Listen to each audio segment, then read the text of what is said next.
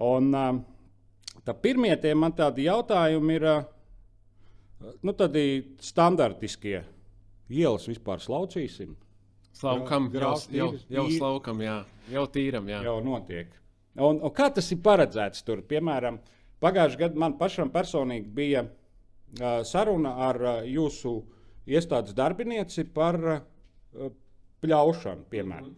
Viņi saka, tas jau bija kaut kad uz vasaras otru pusi, rudeni.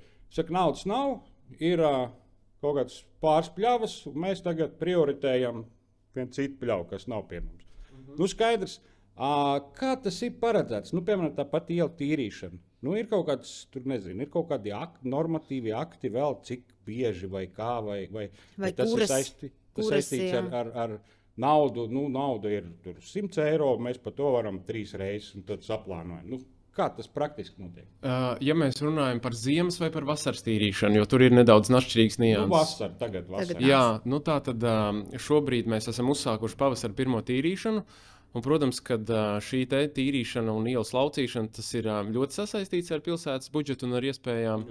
Un, protams, kad galvenokārt, jo ielai ir lielāka uzturēšanas klase, ir tādi izstrādāti mūsu pilsētsaimniecības mājaslapā arī publicēti dokumenti, kur ir tātad ielas sadalīts mums pa klasēm. Piemēram, tur Atmodas iela vai Dobeles šose augstāka klase, un tad ir tātad A klases, B klases, C klases un D klases. Un faktiski mēs, protams, kad tās kategorijas, kad veidojām tās pēc, vai ja tā ir kāda no valsts galvenā vai reģionāla autoceļa posma, tad tā būs augstāka klase, un, protams, arī augstāka klase ir tām ielām, kurās ir lielāka satiksmes intensitāte. Un, protams, pēc tā arī mēs skatāmies un veicam šo ielu tīrīšanu. Jo loģiski arī tajās ielās, kur ir lielāka intensitāte, tās arī parasti arī ir smilšainākas. Un tad arī mēs esam uzsākuši šo pavasara pirmo tīrīšanu. Šobrīd mēs esam notīrījuši kādus 30% no visām ielām. Turpināsies noteikti arī šonedēļ, nākamnedēļ un visu aprīļa mēnesi.